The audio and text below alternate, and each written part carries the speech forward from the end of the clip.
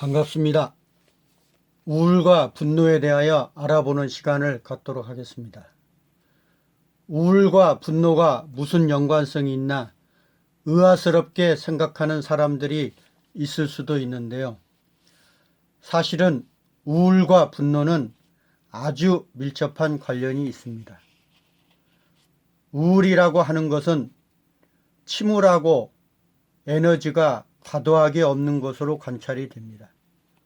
반면에 분노라고 하는 것은 신경질 내고 짜증내고 하면서 에너지가 분출되고 에너지가 넘치는 곳, 너무 과도한 에너지가 있어서 나타난 것으로 보여집니다.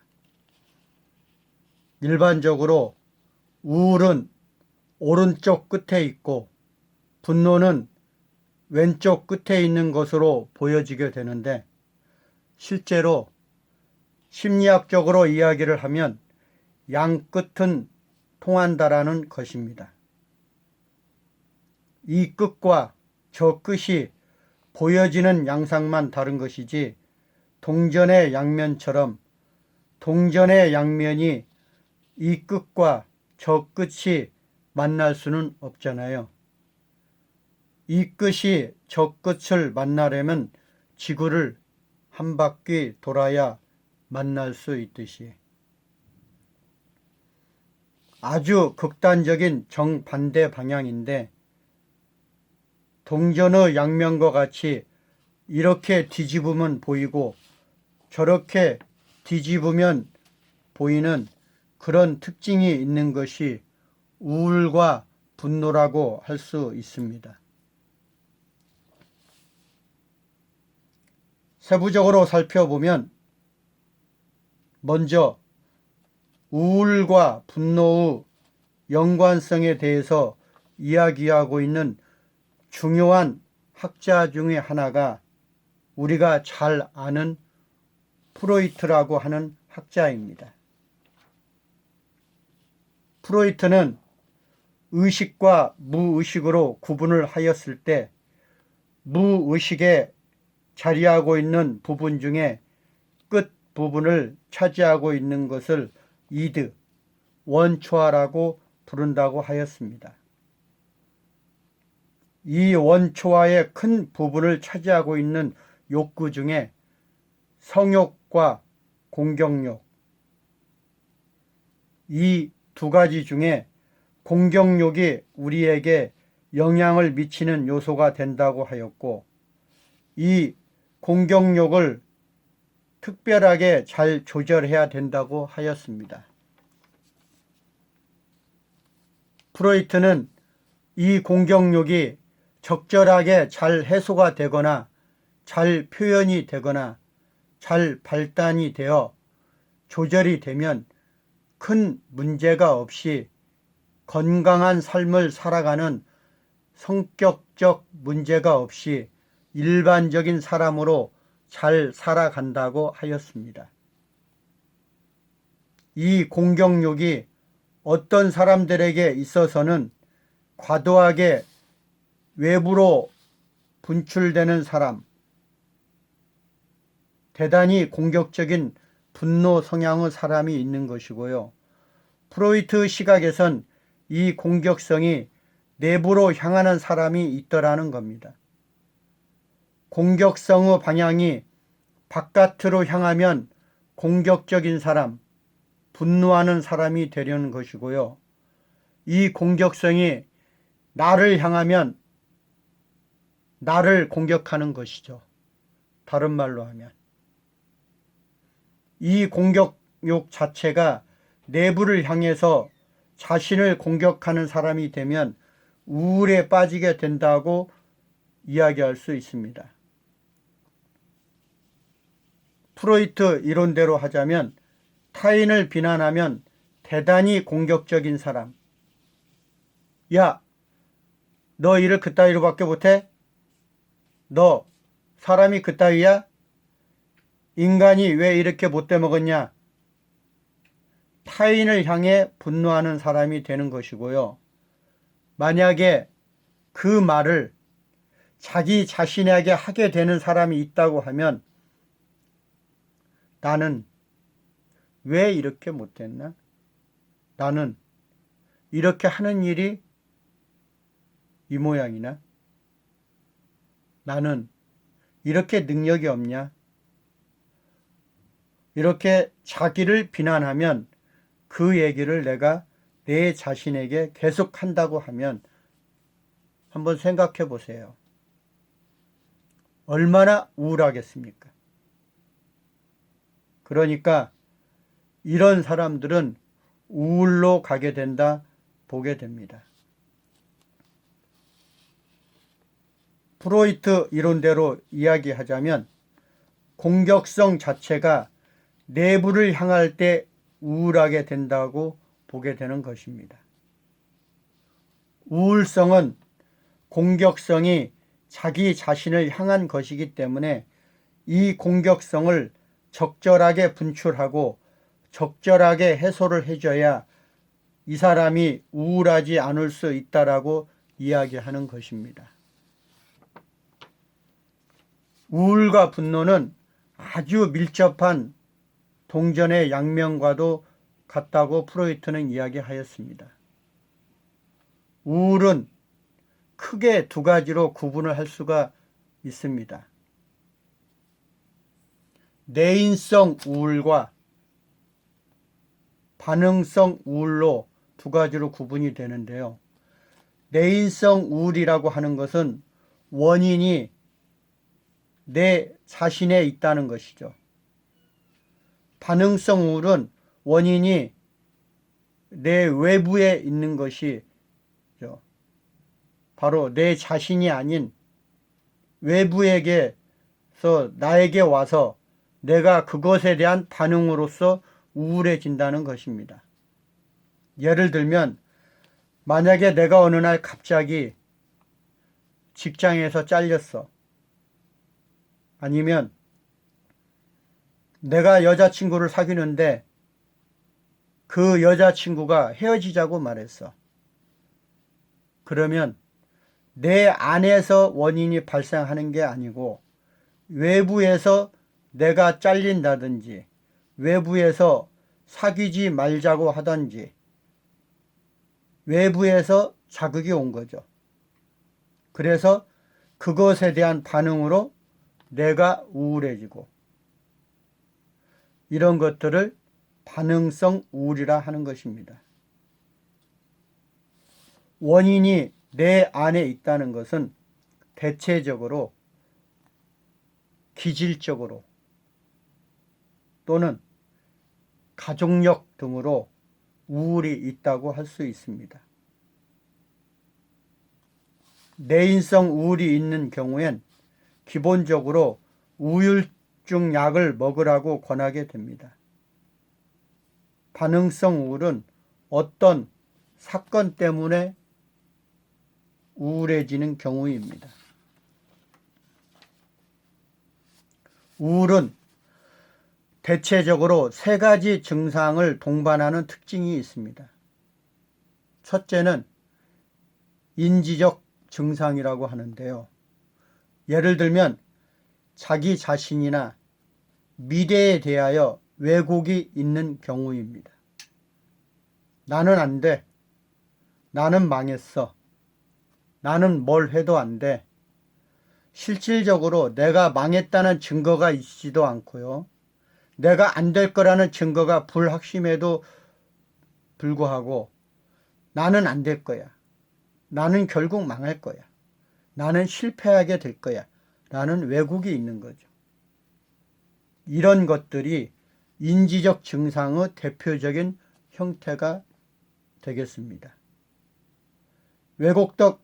왜곡된 사고 패턴으로 상실감을 경험한다든지 낮은 자존감, 무력감을 경험한다는 것이죠. 나는 무엇 해도 안 되는구나. 이런 경향성을 갖더라는 것입니다. 사춘기의 자녀들을 보면 학습된 무기력을 갖는 친구들이 우리나라에선 많이 발견이 됩니다. 나는 무엇 해도 안 돼. 이런 사고가 팽배해 있기 때문에 지금 무엇을 시도해 보려고 노력 자체를 하지 않는다는 것입니다. 학습된 무기력은 어떻게 생성이 되냐고 하면요. 성공을 한 번도 못 해본 자녀들이, 청소년들이 갖게 되는 게 학습된 무기력입니다. 뭘 해도 내가 성공해 본 적이 없어요. 이런 아이들은 그런 아이들의 상태를 바꿔주기 위하여 제일 중요한 것은 무엇이냐 하면요. 아주 작은 성공도 경험하게 만들어주는 것입니다. 그러니까 절대 실패할 수 없는 일을 시도하게 해서 네가 이렇게 하니까 되지 않냐 라고 경험하도록 만들어주는 것입니다. 이 학습된 무기력은 강아지를 실험하면서 알아낸 거예요. 사람도 학습된 무기력을 경험하더니 무기력이 학습될 수 있다고 합니다. 어떻게 무기력이 학습되냐 하면 실패를 반복하도록 하게 되면 나중에는 아무 시도도 하지 않게 되는 것입니다. 이러한 인지적 증상에 있는 사람들은 죽음과 자살에 대하여 사고를 반복한다는 것입니다. 분노감이 자기를 향하게 되면 자기를 죽여버리는, 타인을 향해서 극대화되면 살인을 저지르는, 분노로 나타내지는 것처럼 자신을 향한 분노감이 극대화되면 자살을 하는 경향도 나타납니다. 청소년들이 의외로 자살의 빈도가 높다는 것입니다. 청소년 자살은 충동성이 강하므로 청소년이 자살하려고 할 때 5분만 넘기면 안 죽는다고 이렇게 이야기를 하고 있습니다. 자살 충동이 일어나면 누군가에게 전화를 해서 무슨 이야기가 되었든지 5분만 그 상황을 넘기면 자살을 안 하게 됩니다. 두 번째 특징은 정서적인 증상인데요. 대표적인 특징은 불안하고 과민하고 외로움과 공허감을 호소하는 것으로 나타납니다. 불안해서 안절부절하지 못한다든가 특정 상황에 대해서 너무 민감하게 받아들인다든지 수시로 외롭다든지 공허하다든지 등을 이야기하고 있다고 합니다. 정서적인 반응은 관찰을 통하여 쉽게 알아차릴 수가 있습니다. 세 번째 특징은 생리적 증상을 나타낸다는 것입니다. 어떤 신체적, 생리적 특징을 보이냐 하면 가장 큰 반응은 잠자는 게 아주 이상해지더라는 것입니다. 우울해지면 과도하게 잠을 자든지 아니면 잠을 안 자든지 수면이 불규칙해지고요. 수면에 있어서 깊은 숙면을 취하지 못하게 됩니다. 식욕에 있어서도 과다하게 되든지 과소하게 되는 경우가 있습니다. 수면과 식욕이 우울의 대표적인 증상 중 하나라고 볼 수 있습니다. 우울과 분노가 어떻게 연관되어 있는가 하는 것을 학자들이 연구를 했을 때 대체적으로 이런 면들이 나타난다는 것입니다. 분노가 밖으로 표현되지 않고 안으로 억압이 되었을 때 우울을 경험하더라라는 것입니다. 이것은 프로이트 이론이 그대로 들어맞았다고 하는 것입니다. 임상적으로 우울한 사람들을 관찰해 보니까 분노 감정이 분노 대상을 찾지 못할 때, 예를 들어 사기를 당했는데 이 사기친 대상을 찾아서 표출을 해버린다든지 그 사람을 공격한다든지 그 사람을 응징한다든지 이런 방법으로 표현이 됐으면 분노로 나타나는데, 이 사기친 대상을 찾지 못하면 자기 안을 공격하게 되어서 결국은 우울로 빠지는 그런 결과를 초래하게 되는 경우가 많습니다. 가끔 매스컴에서 다단계 사기 이런 것들이 부각이 될 때 보면 다단계 사기로 인해서 사람들이 분노해 가지고 사기범을 잡기 위해서 힘을 결성하고 아니면 집단을 결성하고 막 뛰어다니는 사람들이 한편에선 있고요. 또 한편에선 자살하는 사람들이 많이 나옵니다. 그런 경우에는 대체적으로 분노한 대상을 찾지 못해서 자기 자신을 향해서 공격을 하는 경향성을 보입니다. 우울과 분노는 이런 방법으로 붙어서 나타나는 특성이 있다라는 것입니다. 죄책감으로 인해 분노의 감정이, 어떤 사람들은 분노의 감정이 외부로 향하려고 하니까 그게 너무 양심이 과대한 사람들은 내가 이렇게 남에게 분노해도 되나? 이런 죄책감 때문에 외부로 분노가 표출되지 못하도록 만드는 차단하는 효과가 있더라는 것이죠. 너무 양심이 커질수록, 너무 양심이 발달하도록 양육하는 것은 그 사람의 정신 건강을 위해서 좋은 방식은 아닙니다. 적절하게 분노를 쏟아내는 게 낫지, 그게 자기 자신을 향할 때는 우울이 오고 자살로 갈 수도 있습니다.